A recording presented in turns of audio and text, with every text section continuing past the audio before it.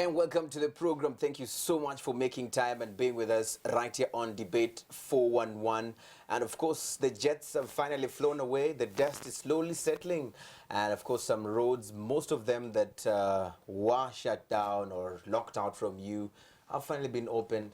But a few of them still remained out of bounds for you. But of course, we're talking about the Post-African Union Summit right here in Rwanda. And of course, the program is Debate 411. You can definitely be part of this conversation at Debate 411. That's the Twitter handle, at Eugene Anangwe, or you can use the hashtags Debate 411 or Post AU Summit. Let's bring in our panelists on the program. Today we have none other than, let's start with the ladies first. We have Alice Karekezi, researcher, lecturer, Center for Conflict Management at University of Rwanda. Thank you for joining us. Thank you for having me. And I'm going to flip on the next side. Lonzen, take your time. I'm going to talk to Opi. Thank you so much for joining us. Thanks for having me. You are a postgraduate research fellow, Western Foundation. Thank you for being with us. Thanks for having me. I don't know which gentleman to start with because each of you have been on the show before, but let's start with Jean-Claude. Jean-Claude, you are a member of the civil society from Burundi. Thank you for being with us on the program. Thank you. Right, Lonzen writes a lot, and of course I don't know what to even say. Scholar, analyst, columnist, all those things under one roof. Thank you for joining us on the program. My pleasure. Right, so the African Union Summit, we had waited for it. You know, there was a lot of wait. It came, and it is now gone. Let's do an analysis of our quick thoughts on this, summit. And I'm gonna start again with the ladies. Alice, your quick thoughts, quick takeaway on the organization and the event in general. Much of the things have been said about the organization. I think that in many counts it was impressive. And for me, the most important comments were not on the side of the head of state and other senior representatives, but all the delegates who felt quite satisfied to have been taken care of. And like in many cases. Right. So in terms of organization, Kigali has put the standards high by widening the city and really making it a moment to remember, even when the roads were closed, or divided. Yeah. For most inhabitants of Kigali, it has been also an event. We have never had that before. So it was like watching the TV every day from your minibus or your taxi, but also an important political moment for many reasons. Awesome. Lonzen, she says very, good points from the delegates, of course, who are very well taken care of. Let's talk about from the perspective of people you've, interacted with, those you've probably written and considered them in your writing, and your personal, thought on this. I think that there are some things that we've come to take for granted in Rwanda, and that is organization. Yeah, we expect things to be perfect, and when they're not, even when there's a little glitch, you have a crisis. So if a meeting starts at 9, if it gets 9:10, 9:05, we have a crisis. So we want it at 9. So I think that some of these things we take for granted, that things are going to be perfect, and they were for the most part. And I think that Dlamini Zuma is one who said that this was the best organized summit. And I think that says a lot coming from someone like her, who is willing to be partial in her judgment because others have hosted, and she's willing to point out to Rwanda. I think that says something. It's a plus. Yeah, very much. Ope, for you? I mean, I think for me, right, as an outsider, right, as a Nigerian American coming into Rwanda, I was very pleased that in the space of 3 months, Rwanda has both been able to hold the World Economic Forum as well as the AU Summit. I think that the level of engagement, right, like it wasn't just the very well educated or the people who are in the know, right, like this was covered very well through RTV, so I was very, very impressed by that. I think my only critique was that I really feel like there could have been a lot more like very direct engagement, especially early on in the days before some of the higher level ministerial people came, when it was just, right, like the delegates, the nitty gritty work. I think for someone like me, who this is what I came to Rwanda to do for many of the global shapers, right, I think this would have been a great opportunity to just rub shoulders with the people who know. So yeah. the loans that didn't write on time for you to know who's coming in at what place, so that you can rub Yeah, shoulders I with mean, right, but that just might be me being a little bit selfish, but Right. yeah. Jean-Claude, I mean, for you, generally, before we get Generally, into the what was impressive nitty-gritty. to me was the kind of atmosphere that was created, really kind of atmosphere of friendship that you could see among the excellencies. You expect such a protocol and so much respect, but you see some words that were used by some authorities to each other was like really friendly, like President Idris say to President Kagame, Frère Paul. That was really something I was not expecting, something like that. And you could see also in the eyes of people that they were enjoying the welcome they were having in Rwanda. And it was so impressive. Yeah. But normally it has been said that the African Union, but just from the critics of the African Union as an institution, that this is just, you know, a club of African leaders who just want to push for their agendas. We meet, we, you know, just do the normal. We talk, we come up with resolutions, we do not implement them. This is just a club for us to just have a good time, as he says. Call me brother, you know, let's hold hands, let's pose for the photos. Kumbaya, right. Let's talk about that for a moment. The relevance of this union, the relevance of the conversations that were happening there and those that have happened in the past. For you, Alice. Well, I think if you sit in your office, you write about politics, and you read politics, you might be prompt to say that it's just a club of friends. Why do you take for granted that head of state and representatives should call themselves by their first name? Why do you take for granted that an institution such as the union of 50 plus countries should be made in one day?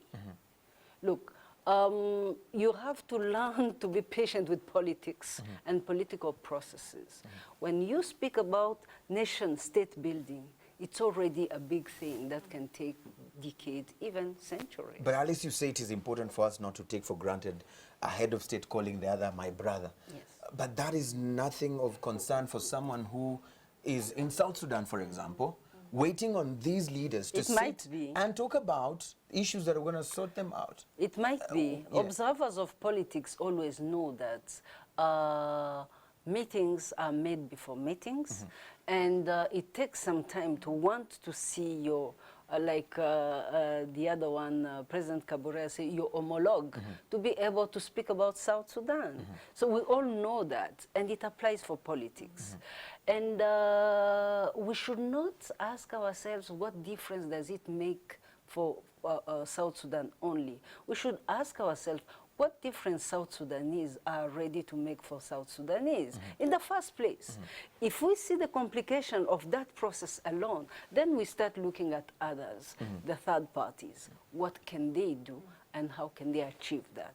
I think being able to talk to one another in a friendly manner is a very big and important step in politics. Right, big and important step in politics. But let's bring it closer, because she mentioned the issue of South Sudan, but of course you're from Burundi. Burundi as well was an item that a lot of people expected to be put on the agenda in a very big way, and probably some statements coming in and implementations coming in.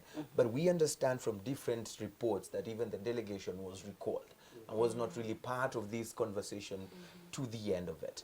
Let's talk about the relevance of this meeting to the people Of course, this observation of seeing head of states really treating each other as brothers is something that gives you hope that it will be easy for them to make one decision to deal with something that is critical. And what was sad is that actually, like in the Burundian perspective, we didn't see the fruit of that friendship that they had. There was a lot of lackings. There's a lot of questions among people because the expectation was so high, And I would say that even people are angry now because there's a lot of things that are hidden. And we hear about South Sudan, but we knew that it was South Sudan and Burundi, but we didn't know anything about Burundi so far. And we heard there is a decision that was made. It's been like 2 days, and we don't know about that decision. And it's now, so we were expecting to see that friendship bringing something significant to Burundians in this moment that everyone just is looking at AU. Yeah. Ope, I'll come to you, but let's take a minute and talk to Lonzen. Still on that same particular issue, what would you have expected the AU to, come out with in specific relation to Burundi? Were they expecting too much from it? Was there anything that was really expected, in your opinion? I think first of all we have to consider about this thing we call the AU. What is it? And I think that this AU, at its conception, was it was a counterweight to empire. So it was counterweight against the Americans, counterweight against the Soviet Union. So it was a non-aligned movement that was conceived in such a way, and as a counterweight, it in addition to being a counterweight to empire, the second objective was to confront apartheid South Africa. Third objective was to attain independence for the rest of the African countries that were yet to attain independence. Now, it did most of that. Now. So now seems there's nothing more to do? There is something to do, and it's making a shift. It's pivoting. Yeah.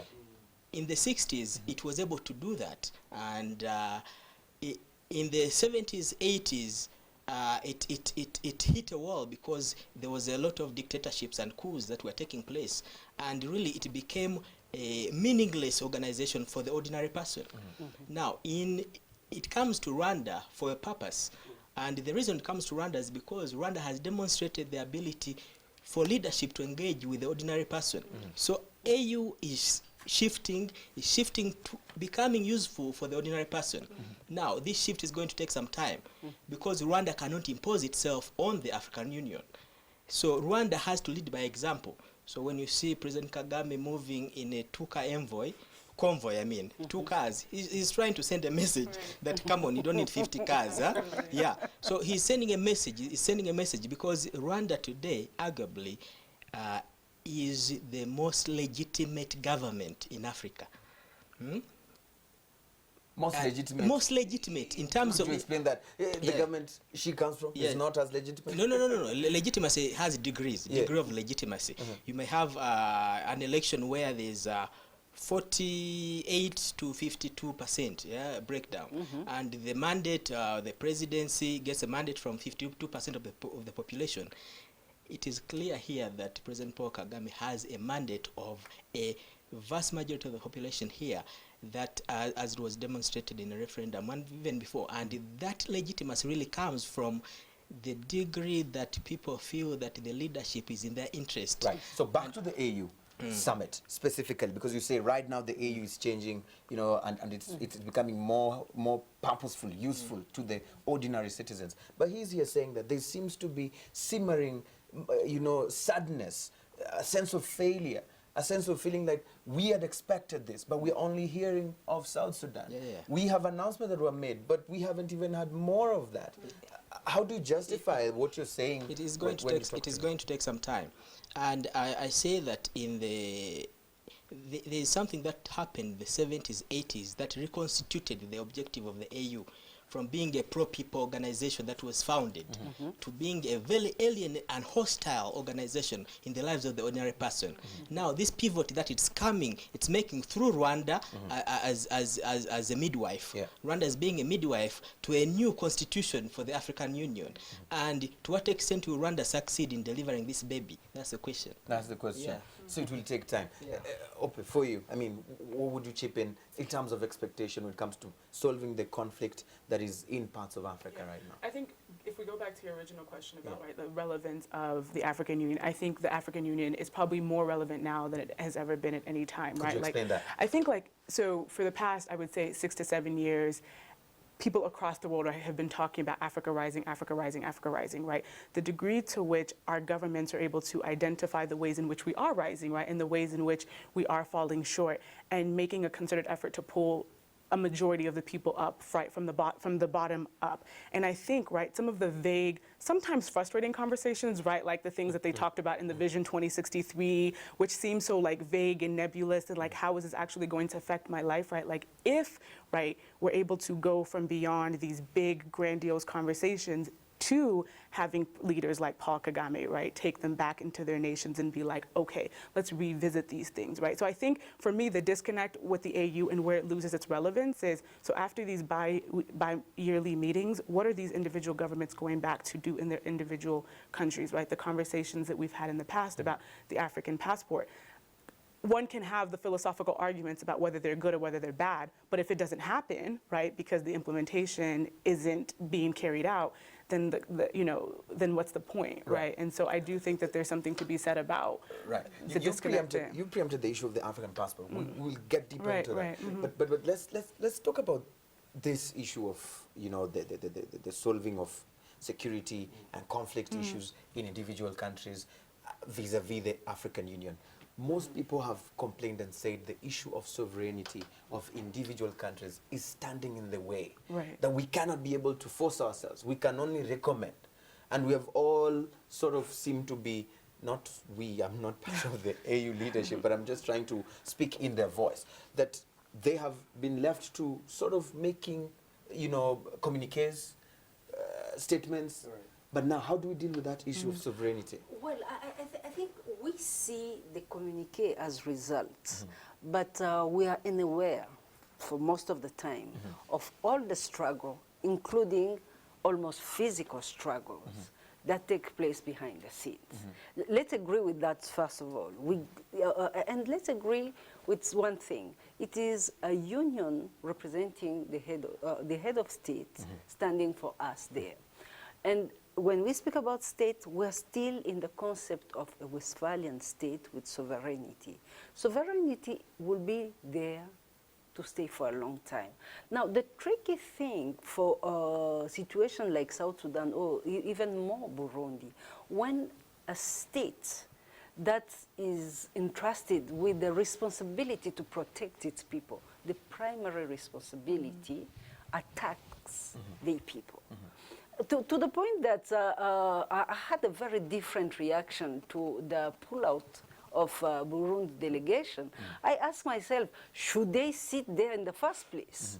Because if a country, a government is attacking its own people, does it still have this legitimacy that Rugira was speaking about? Number two,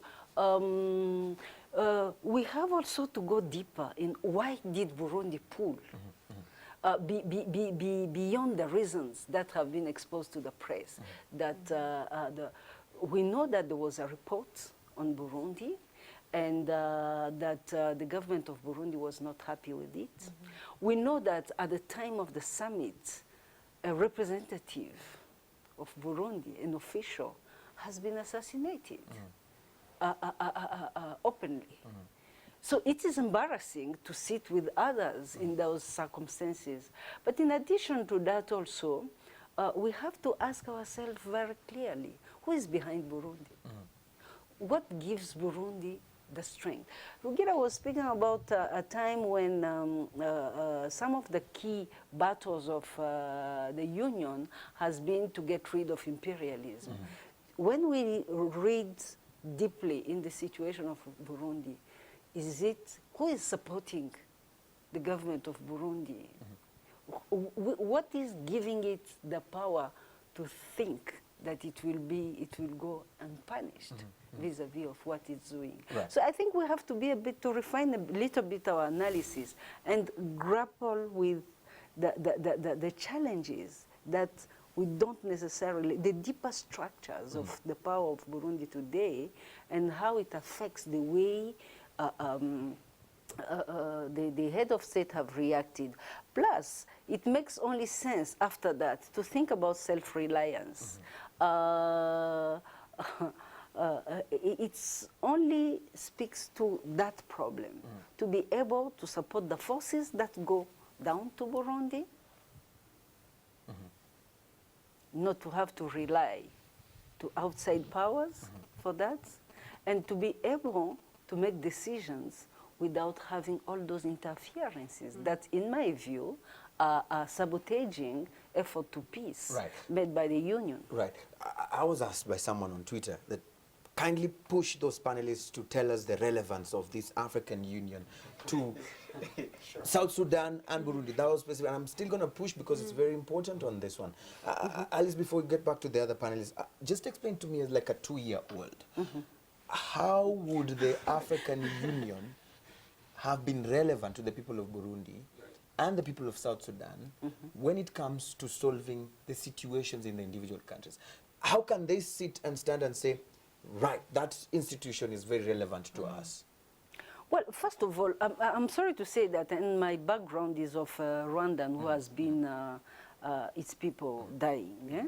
I'm sorry to say that, but the primary responsibility will come from Burundi Not the and EU. Burundians. Primary responsibility with the setup we have today. I learned it the hard way. I learned it seeing my people killed, and I know wouldn't have been the Rwanda Patriotic Front taking the lead, we would have finished. Right, right. Yes. So that's a very important lesson. And I take it like this, in the sense going after what he spoke about as a pivot. We know that the Peace and Security Director Commission is stronger than it was before. It wouldn't even be an issue. But how do you gather in a world where sovereignty is still a reality? How would you gather the world accept to go into Burundi to intervene? Let's look at other experiences we have had in Africa, in the world, where there has been intervention. What did it take?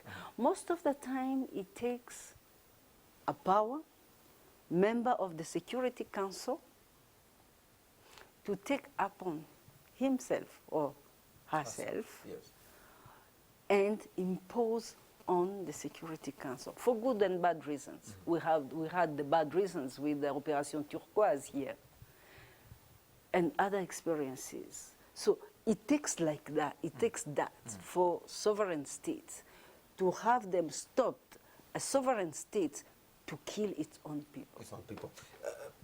Because she mentioned her expertise. You are from Burundi. Just like a 2-year-old. I don't know if the 2-year-old would have understood or... But make me understand what you expected from the African Union when it comes to Burundi. Okay, first let me come back to some of the things that they said. When you say that now the responsibility for Burundians, I always hear that, and I try to understand what it means. And also learn and say that it would take time. And then the question is, now there's emergency, so what to do? So, and what time do we have to wait and to do what is needed to do right now? So to all of these questions, we've been trying to do what we can. So when President Pierre Nkurunziza decided to run for the 3rd term, we said no, we cannot accept that. And many people are confusing this as the constitutional change that is happening in other countries and don't really get the really unique and the specific context of Burundi. Right. Because for us, the 3rd term, even though international community want to silence us to discuss about that, this is very important because it's not just like a kind of a simple democratic rule or whatever. It is a mechanism that we created to prevent, to end ethnic conflict and to prevent genocide. Right. And when we talk about Arusha Peace Agreement, term limit is very important in that structure. So when Pierre Nkurunziza refused, he deployed his police and military group stood up to overthrow him. Then the coup failed, and then he responded by massacring the population.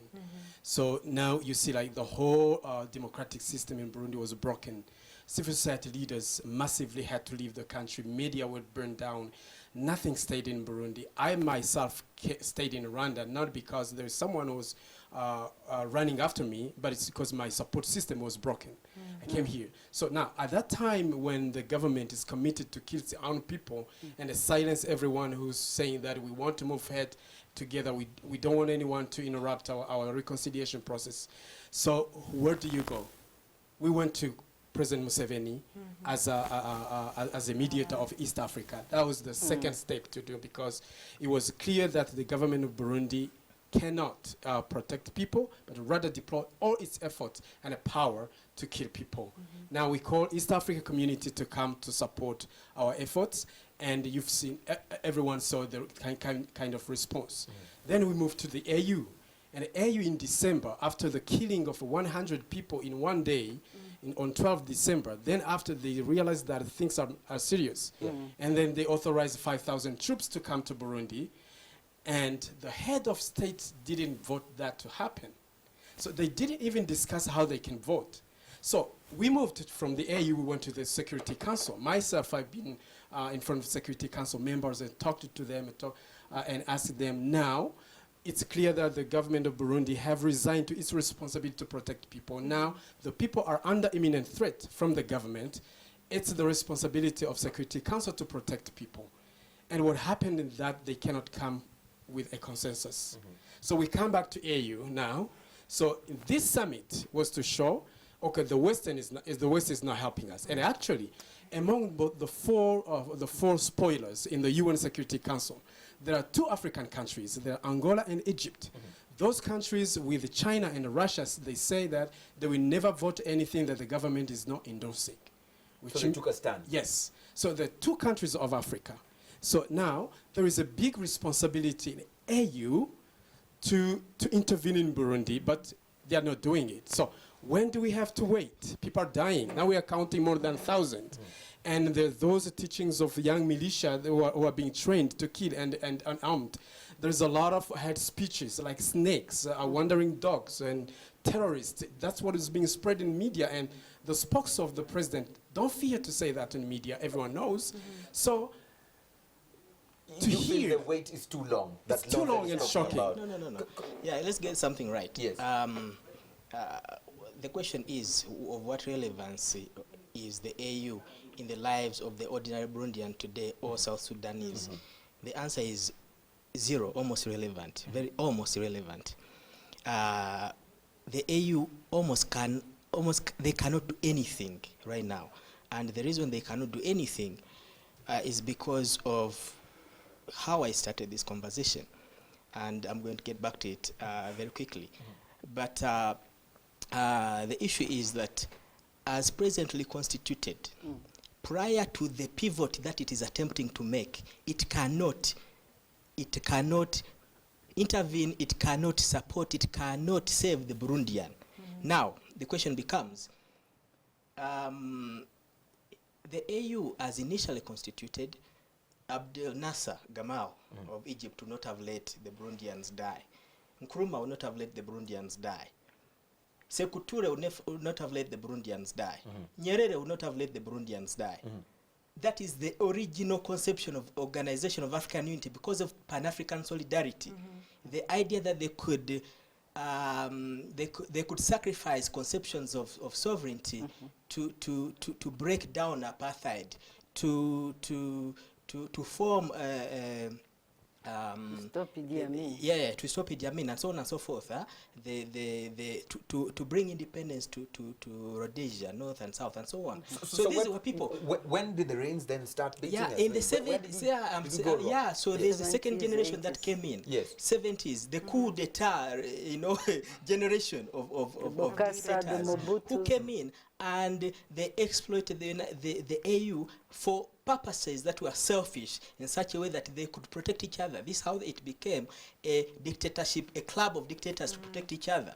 The AU as it is today, it is unable to pivot out of that conception.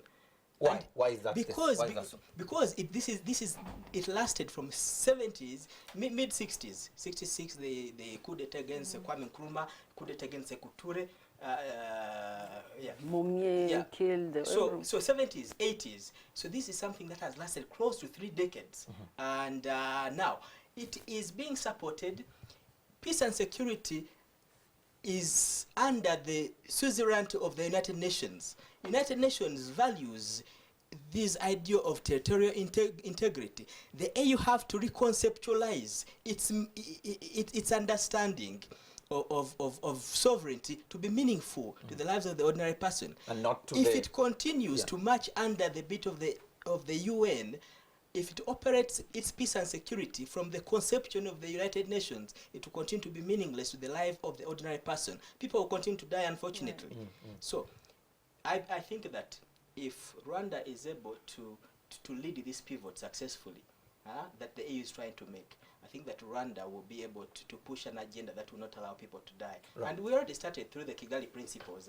Yeah, so it is about bringing the Kigali principles into the African Union now, but also there has to be a new understanding about Pan-Africanism for the leaders themselves, you know. Sometimes It starts from the readers. I think so. I hear a lot of what's happening here, but I really have to kind of push back in some ways, right? Like, how legitimate can any sort of pivot happen when we still have some of these same leaders of the coups d'états of the 80s still in power? How much clout, how much weight does someone like Museveni, does someone like Mugabe have to say to Burundi, respect the sovereignty of your citizens, don't kill your people, get out of power, move out of the way for new, younger people to get in? So I'm really curious, like, I'm learning so much from this history lesson you have provided me, but I'm really struggling. And whereas I have been a firsthand recipient of, I've seen how wonderful Rwanda's transformation has been from the inside out,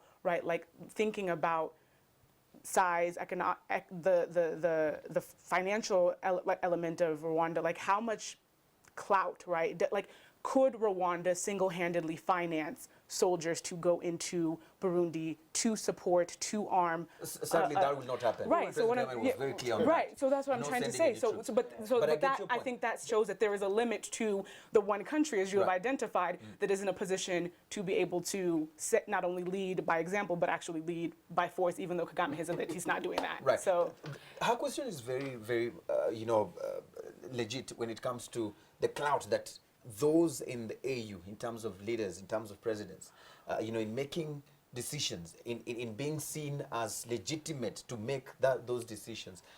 I think globally we Yeah. have to be fair here. Yeah. We are far away from the Bokasas, the Mobutu and the likes. So on balance, we don't have the same landscape anymore. Right. We still have our problems, but the majority is not on that side. And I think maybe I have a bias because I travel very much, including in Africa. Yeah. Change sometimes is difficult to see, but you see it. You see it happening in different countries. It's a question of degree. But let me come back onto the possibility. If you follow very well the news, you'll see all the efforts made in the media coming from the government of Burundi of sidelining Rwanda, including to prevent a possibility of action from Rwanda. It has been systematic since last year that Rwanda is blamed of all the problems. There is a media campaign, including to prevent Rwanda to have a role to play that. Whether or not Do you think Rwanda has swallowed the bait? Do you think Rwanda has, fallen into that trap? That you say there is a plan to prevent Rwanda? Time will tell. And if Rwanda has to intervene, it should not intervene alone, because Rwanda should not be the scapegoat of a problem that is collective. Perhaps we are the closest neighbor, but Rwanda should not be sacrificed. We need stability here, and we are jealous about that. Right. We should not be rubbished every day for what others are doing. But now, speaking about the finance, would it be possible? Because then we are speaking about the legitimacy. I think today, notwithstanding our problems, the moral authority is there, and there is a case for intervention because the lives of Burundians are being Right. lost. Now, in terms of finance, we have known a time when Nigeria has taken the lead to prevent. We always speak about the action of ECOMOG, ECOWAS in Sierra Leone and Liberia. We know that without the leadership of Nigeria in that context, it wouldn't have happened. Right. Right. And Nigeria hasn't asked for the permission of anybody or the funds from any other country. We know the case of Mwalimu intervening also in Uganda and Idi Amin, and also more recent in Somalia, etc. So it is possible, because when you feel you are under attack, you can intervene. Plus, I know that training with regional forces, that there is an effort to constitute regional forces for security. Right. So technically, it should be possible. Technically, it should be possible. Where do we find the legitimacy to act?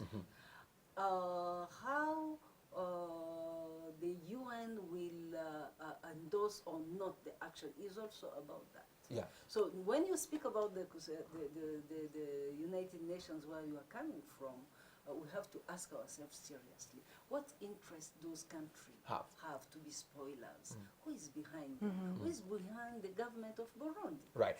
There's something before we take a short break is the calls for, and actually not calls, it's actually a demand that there needs to be reforms at the United Nations.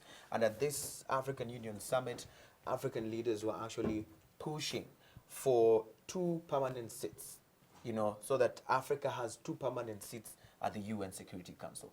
Do you think this will solve the crisis that we see security-wise? Suppose that they nominate Angola to be the permanent seat, Right. or Egypt, And then what we we have have some Burundi. And also what I realize as I talked with some of them there, they're honest actually about Burundi. They say they have the same concern, that they agree with whatever you say. They see the need, but they fail on a consensus. So you have the US only that is supporting for deployment for 3,000 police, and you have other 10 countries who are supporting 200 police, and you have 4 that want only 30. So they discuss forever, and they don't come to an agreement. So I don't know that will solve a problem. Maybe they will support the agenda of the presidents, but in a matter of saving or protecting civilians, I don't think that will work. You don't think it will work? Do you think this is way to go? 2 permanent seats at the UN Security Council for Africa. I think Jean-Claude has made a really good point about depending on what the process of, identifying people in the UN, you could really just have the same problem put in a different, packaged differently. I do think that there is validity to like having African voices there, like in the presence, being able to push forward the need for like legitimate action, right? Not just like, let's talk about it, like it's about there are people dying, there are things that need to change. And I think that for me, my biggest concern would be how that would go, how that would happen, right? So if it is the people of the AU being like, you know what, we see how things are going in Angola, we see that maybe people from Congo shouldn't be, but hey, Rwanda has a really good legacy of using security to protect its people. We want Rwanda to represent us. But if it were to be selected from the UN, something tells me that that would not work in our favor. No. Alice, will there be a solution? For me, maybe that's old age. I think we tend to have very high expectations for transformation when we are in the face of historical and social political transformations, which are things that take really, really a long time. Personally, I think we'll make some steps. We'll make some steps forward, some steps backward, and we'll trials and errors. That's what transformation is all about. So it would be like the summit in Kigali, where we were expecting to solve all the problems of the continent. We can't. So that was over-expecting out of Lonzen. Yeah, here's the thing. That long experience. No, the thing is this: Africa has to earn its spot on the high table. Yeah. Nobody's going to give Africa a free veto. 2 permanent seats. No. Let alone even one. It's not going to happen. They have to earn this, and they have to do some real politics to earn it. Yeah, nobody's going to wake up one day and say, you know, we think we should dilute our votes by Equal giving Africa opportunity. to... Wait, can I? Here's an important point to your point that you raised earlier. You say that issue of legitimacy, to what extent is Africa pivoting towards being, the African Union pivoting towards being meaningful to the lives of the ordinary people when you still have these presidents, these, you say you pointed at Museveni and whoever. The pivot is taking place. Museveni is pivoting. Museveni has handed the mantle to Kagame, if you have not noticed. And this has taken place. And the reason, by the way, this is historical. From the beginning, the African Union had two camps, tactical camps, the Casablanca and Monrovia. Now, the Casablanca-Monrovia camps, then more recently, you have the Gaddafi camp and the Museveni camp, going in line with the Casablanca and Monrovia camps. Now, Gaddafi is dead, right? You know, yeah. Museveni is there, but Museveni's legitimacy is sliding in his own country. So Museveni is being forced to step aside by circumstances in his country. Now, Rwanda just so happens that it has been doing all the right thing, and it has prepared itself to take leadership. Right. Yeah. So Rwanda is pulling away this leadership because it has earned the right to lead Africa. But you see, Africa is made of 55? Yes, right. That's why I'm telling you. Can Rwanda do this on its own? Because again, that's the issue. You just need the moral authority to lead. Yeah. Rwanda has the moral authority, has earned the right to lead Africa, however small, however poor, and so on and so forth. The fact that it's a legitimate government working in the interests of these people has inspired the other Africans as a leader. Therefore, Museveni has been forced to hand over this baton to somebody, and President Kagame has been waiting to take it. Yeah. Can I just jump in really quick? So to your point, right, about transformation takes time. I'm a little surprised that you would say that sitting here in Rwanda, because Rwanda transformed itself in a matter of less than, a quarter of a century, right? Through focused, we had two roundabouts in just 2 days. And so I think that this idea of wait, it's coming, to sit in Rwanda and say that, to me is just shocking. And I think in some ways to the people of Burundi and South Sudan, it's an almost unacceptable answer, right? And I think to this idea, but I think the country, right, but not the continent. Yeah.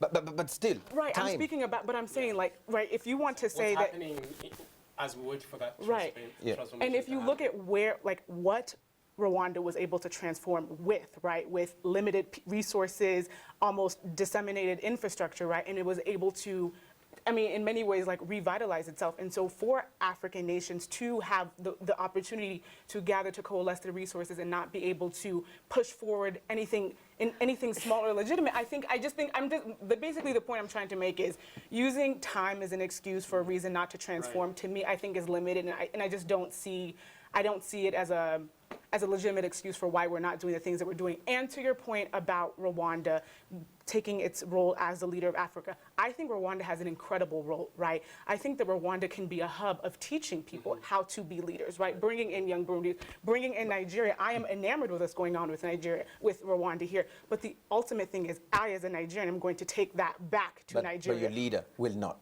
My leader may not. I mean, I don't know. Yeah. But that's just let me just chip in that. When I'm speaking about time and transformation, I take very seriously your point, but it will be a total illusion to think that it is a matter of resources. You have to go back to history. Behind the transformation of Rwanda is the suffering of a people. Absolutely. Not only through the genocide, far before accumulated, right. But behind, more than that, beyond the suffering through conflict, is the recapturing of a project of state and nation building that predated the colonial times. So if you don't factor that into Rwanda, then it will be an illusion. In the issue, then you are not taking seriously the issue of time I'm speaking about. Right. Because it's not time T. It's not the material things we have in front of us and you just do with that. It is the past, the remote past, the near past, the present, and also the leadership we have. Certainly. So Certainly. it is a combination Right. of things. So when you have this combination of things, you can have it right. For most African countries, I have to say, and we know that very well, Nigeria is a case in point, the gathering together as a collective of nations, learning to have the same nationality Right. And learn the same sovereignty. project is much more recent. Right. So we are bound to see those Absolutely. kind of Yeah, things. I want you to hold that thought. Yeah, I want for you to hold, sure. it's not time tea, but it is time. It is time to take a short break. We're coming back in a very short while. Thank you so much. Keep those tweets coming. Of course, I see Juliano says there is real need for African Union to prove peacekeeping capabilities, break Africa free from cycle of reoccurring violence. This is what she says. I have Nelson here who says, Jean-Claude, what do you think should be the solution to the Burundian crisis if no talks? This is what he is asking, at least for the start. This is what he's saying. I have Senaona on Twitter who's saying, keeping in mind global entities feel compelled to intervene once state is not doing what it ought to do. I think this is on issues of intervention, even when someone is claiming sovereignty. Just war. Yes. Then another one says they're only aggressive from government's side, but what about civilians of whom are supposed to be led by the government? Dolapo Aina says one doubts if Burundi or Burundian refugees think highly of the African Union with Burundian officials selected or elected into AU positions. What you could take on that? Well, I think she's right. He's right. It's a him. He is right. Yes.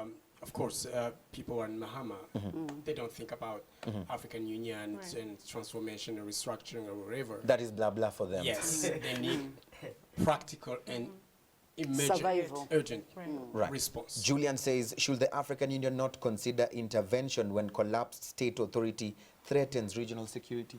Because we're talking about regional security. Yeah. It's not just a Burundian problem. Rwanda, It's going to it's spill all- over. Right. Yeah. Shouldn't they think It's of that? spilling over. It is already spilling It's over. there, yeah. Yes, yes. It should, but we have to be careful about what African Union should be and what it is.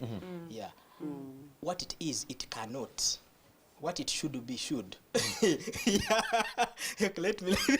And the texts are very clear Here's the about point. that. Here's the point. Can I breathe first? Can I give my brain some time to digest that before you- So we have these aspirations about the African Union and what Yes, it should do yes, for us. yes. And the reason we have these aspirations Yes. about what it should do is because we think it should be meaningful in our lives. The fact that it is not, is like having a father who does not, an absentee Absentee parent. yes. Yeah. So you want that father to be in your life, but they're not. So should is them being in your life. Reality is them not being there. Yeah. Now, when it comes to Burundi, unfortunately, Rwanda is not going to intervene because Rwanda intervenes. There's that force brigade in Congo that was put there probably for reasons that are not why it's there. And if Rwanda intervenes in Burundi, probably France pushes a resolution in the UN to attack Rwanda, and they use the force brigade to attack Rwanda. There are many geopolitical Scenarios. calculations that Rwanda is better off not being part of involving that. itself. Right. Yeah, We'll take this short break, then we come back. It's a very short one, so that we can at least also breathe in, breathe out. I'm a 2-year-old, so I need to digest some of this schooling that we are having right here. We are being schooled on the African Union, and of course, we are talking the analysis of the post-African Union summit right here in Rwanda. Share your thoughts. I'm really grateful that you're sending them right here. Use those two hashtags, debate411, that is one of the hashtags, or hashtag post-AU summit, and you can tweet at debate411 or at Eugene Anangwe. When we come back, we talk about the African passport and what your expectations were on these particular issues or still are. Stay with us.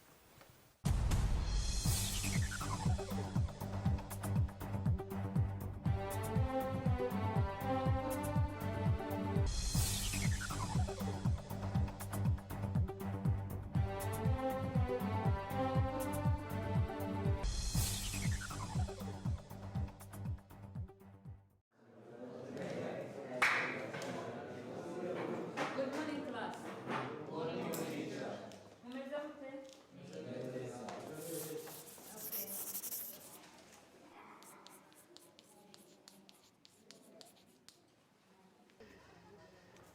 Look, you know, in my previous school, what do you want with my girlfriend? Alex, don't Stay be out of stupid. this. Alex, don't be stupid.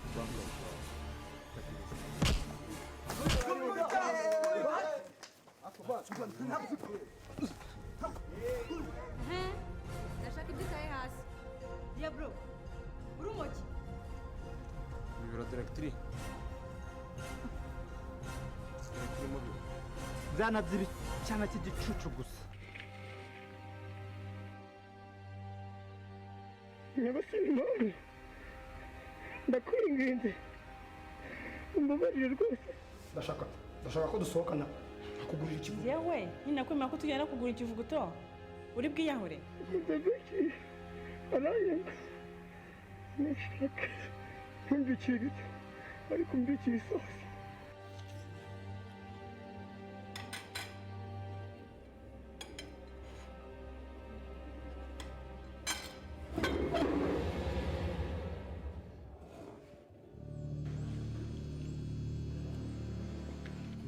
Imbere tugende.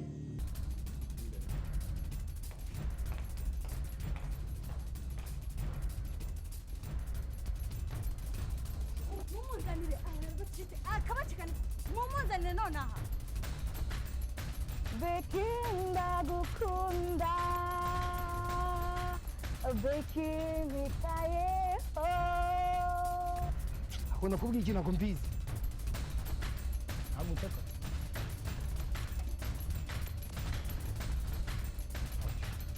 Beki ndagukunda nzakujyana hanze bagurira ikivuguto. Ya injyana y'umujinya.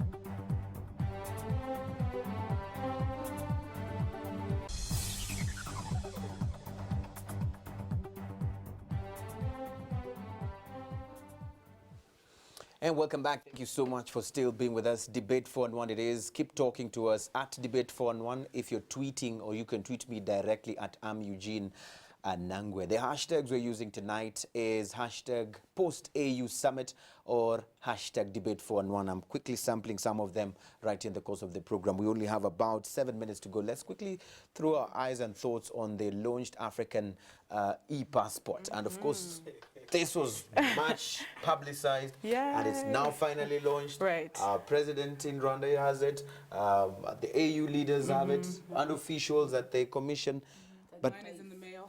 yours is in the mail. Let's start with you. What are your reactions on this? I mean, is this what we wanted? Is this from a person who travels a lot around Africa? Yeah, I think that it's really important that we're having a conversation about how we facilitate travel and transport around the continent, right? So in the conversation that I was having last week with the Kigali Global Shapers, we discussed how it's much easier for me to, in some cases, leave the continent to come back to travel with a non-African passport, and I think in some ways it doesn't make sense. Of course, right, it speaks to issues in terms of infrastructure, in terms of, you know, like diplomatic issues and relations like that. So theoretically, I really, really, really like the AU passport. I think it's great. I think it's great for promoting Pan-Africanism. I think facilitating the movement of Africans helps and lends itself very well to a lot of the objectives in the Vision 2063.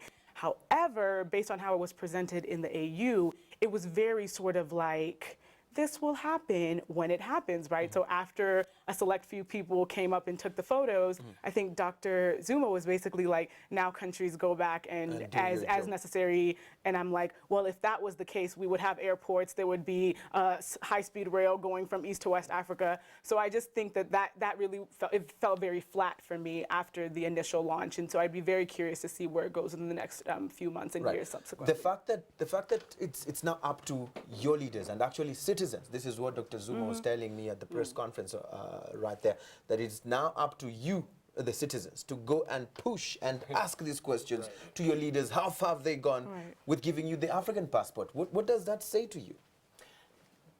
First, that has to come from my deep understanding of its importance. And I think so far there's still kind of gap in the communication, because they haven't yet articulated really the reason why they created this passport. So when I try to guess, I think it's very important for African citizens to understand that they have a common identity.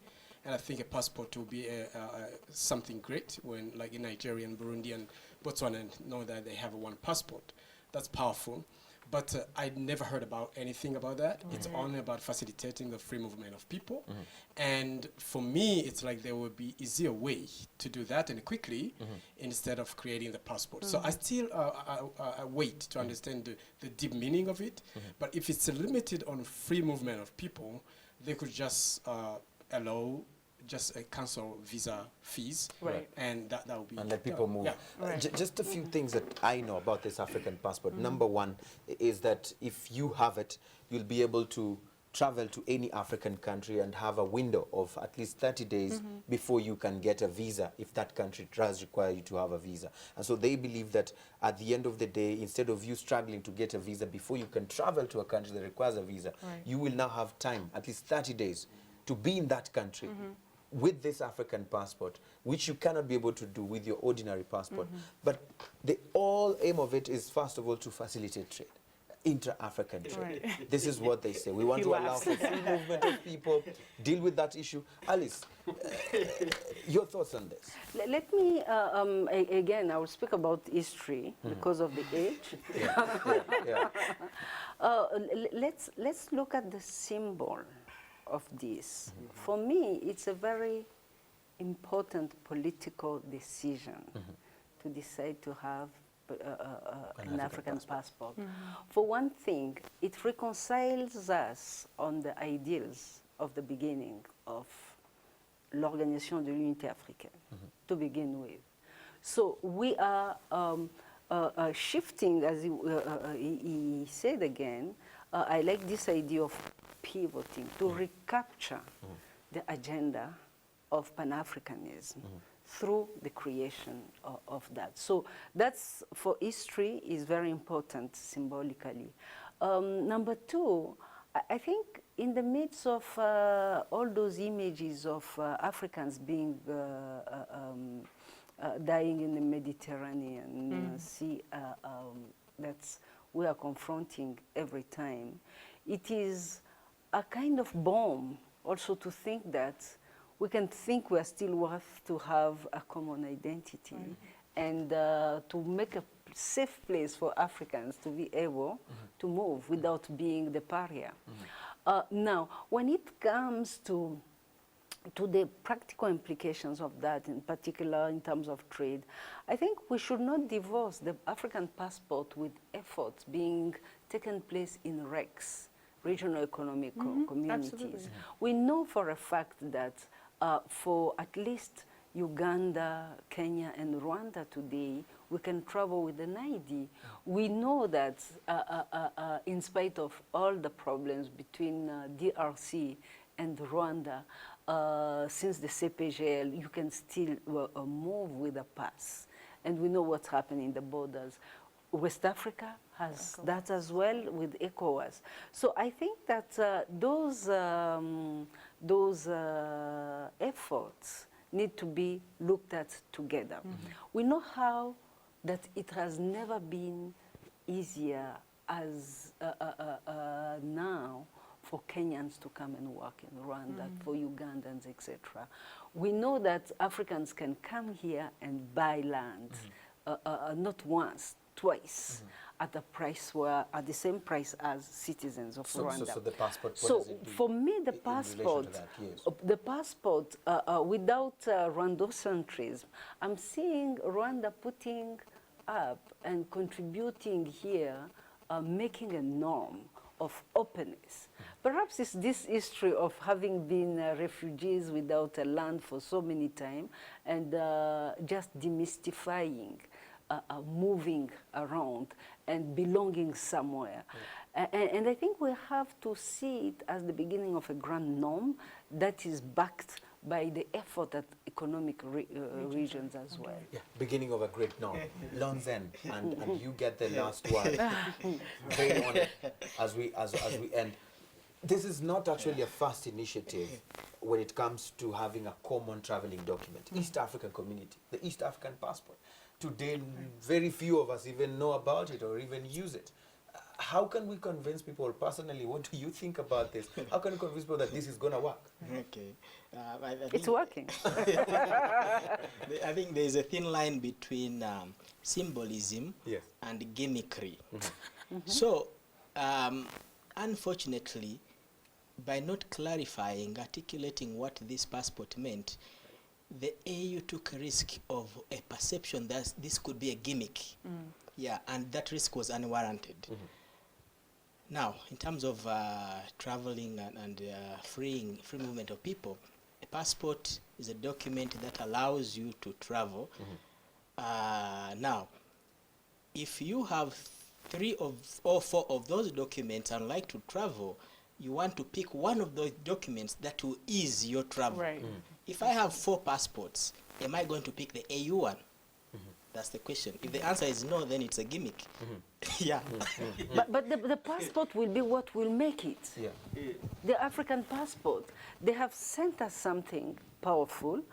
Let's give it content. Right. We have to give it content. Yes, it Right. will be what will make it citizen. But I Yeah, think at its yeah. core, it gets back to the idea that we talked about the difficulty of implementation. We do these really nice, beautiful, symbolic things at the AU level. And this is what then she says. We have to push for that. We have to be at the Precisely. center Symbols of- Right. matter. No, Yes, yes. I absolutely agree, right? But in between symbolism and implementation, there's a missing link that I think we as Africans have yet to That figure out. will work to reduce. Yeah. Yeah. So, Yeah. so They need to hire you. Yeah, I think like You're communicating on their behalf. right. So thank you so much. Yeah. Of course, you've been great panelists. There's been a lot of great positive feedback concerning you, all of you. And I want to thank you for this, being part of this conversation. Just reading through some of the last tweets that have come, I have Julian, who actually is quoting you and saying the AU e-passport is a political symbol, beginning of a great move. I hope she quoted you right. Great norm. we have More Love Juice Bar, and they're saying the African passport is pure theory, but it is good. This is what it says. theory Right. leads to praxis. Right. Yeah. So thank you so much. Yeah. Let's keep these conversations going. Of course, it ends here because of time limiting factors. We can never, finish everything. We were supposed to talk about the elections, but of course, let's keep talking at Debate 411, at Eugene Anangwe. Hashtag is still the same. Debate 411 or post AU Summit. Let's keep talking. Let's ask ourselves these key questions and possibly also answer them in the process. And let's keep the spirit of debating. We'll see you again next week on Wednesday for yet another great conversation from me and our panelists and the cameraman and production crew. We want to say asante sana. Thank you so much. We'll see you again next time. As always, my name is Eugene Anangwe.